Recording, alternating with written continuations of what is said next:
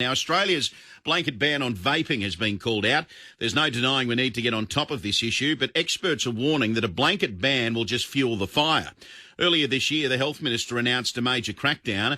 Mark Butler vowed to take action on smoking and vaping. He introduced a series of changes, but one of them has professionals in the field concerned. The Health Minister announced a ban on the importation of single-use flavoured vapes. Experts from the Australian National Advisory Council on Alcohol and Other Drugs have raised the alarm. They say outright bans will make the problem worse. Members of the Advisory Council have debated how to warn the Health Minister about their findings, and they're concerned that both state and federal governments are receiving poor advice on this situation. Rebecca Lang is the CEO of the Queensland Network of Alcohol and Other Drug Agencies, and she joins me on the line. Rebecca, good morning to you. Good morning, Mark. Well, everywhere you look at the moment, someone's vaping these days. We've got widespread use among adults and kids. Would you agree it's a national crisis? I don't know that I'd call it a crisis, but certainly it's the topic du jour in the drug policy space. Health Minister Mark Butler announced a crackdown on vaping a few months back. It includes a raft of changes. Were you ever consulted or asked for your opinion? I can't talk about what ANACAD talks about, but certainly we provide advice to all levels of government around drug policy issues, and vaping is one of those. So there's a few basic truths around banning things, which is that no matter how effective our supply reduction strategies are, some is still going to get through, and it will be worse than if we actually just attempted to regulate it. Can you explain that a bit more for me and my listeners this morning, Rebecca? Why would this be worse, and why would this make the situation worse?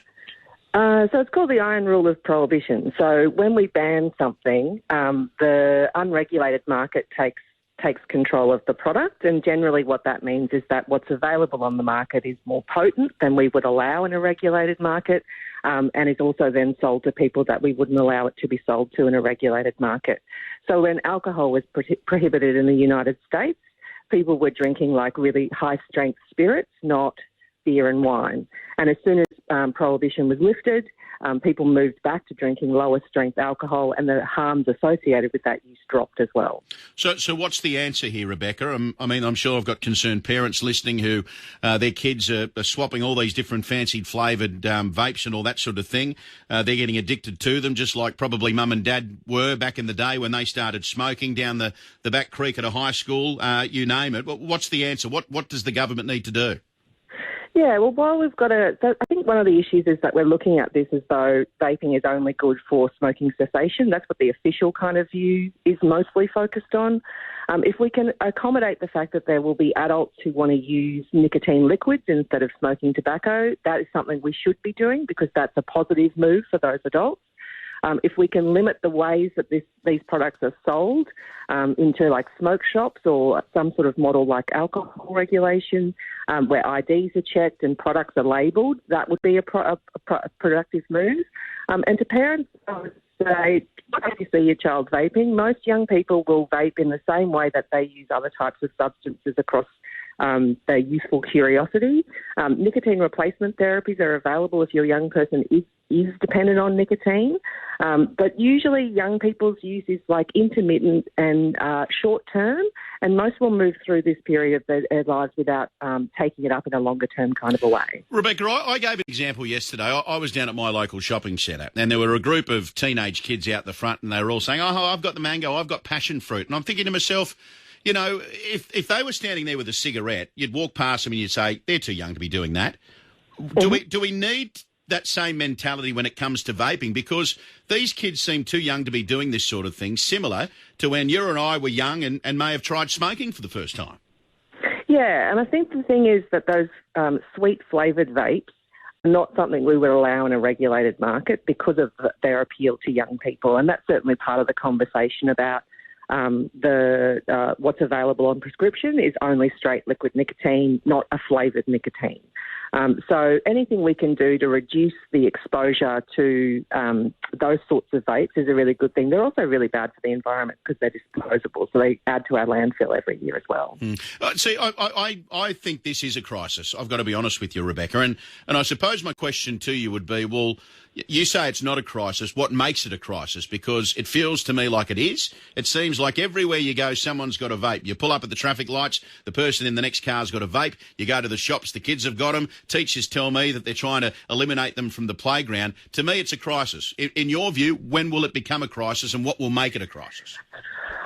Well, the reality is that more people are harmed by alcohol in this country than vaping. So I think we just need to keep in perspective that what we're talking about here is largely nicotine, which we know how to respond to. So we need to remain calm, and we need to actually implement the measures we know will work instead of just expressing concern and maybe deploying our law enforcement to try and reduce the use. But what I'd say to that, Rebecca, would be that, years and years and years ago, and my mother and my late father tell me that, they used to go sunbaking. They wouldn't put on sun cream because we didn't know the harmful effects of the sun. But now we have a slap campaign. If we look back to smoking, there were people that took up cigarettes and they started smoking. They're now being treated for lung cancer, and people have lost their lives from lung cancer. Why should we not address this now before it's already, in my view, out of control, but before it harms young people that have effects later in life? Oh, you make a really great point.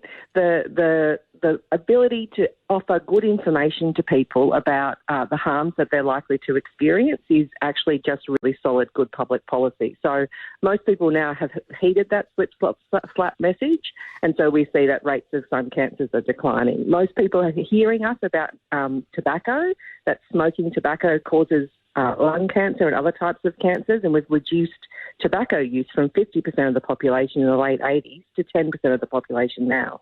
So to say that we should regulate it is not to say that we shouldn't warn people about the risks, but actually shifting the conversation into that harm reduction space allows us just to talk with people about what the risks are and how they can avoid them. And we know that when we do that, people will take that advice. All right. I just want to ask you one more, Rebecca. And, adults are adults. They can make their own decisions. They'll look at research. They'll do all that sort of thing. But what would be your advice to parents who are concerned that their kids are accessing these vapes, that they're getting and swapping in the schoolyard and all that sort of thing? What would you say to parents who are worried that their kids are vaping and the harmful effects it's going to cause them later in life? What's your advice? I'd say keep it grounded in the most likely harms. So the kind of irritation to the lungs is the most likely harm associated short term with vaping.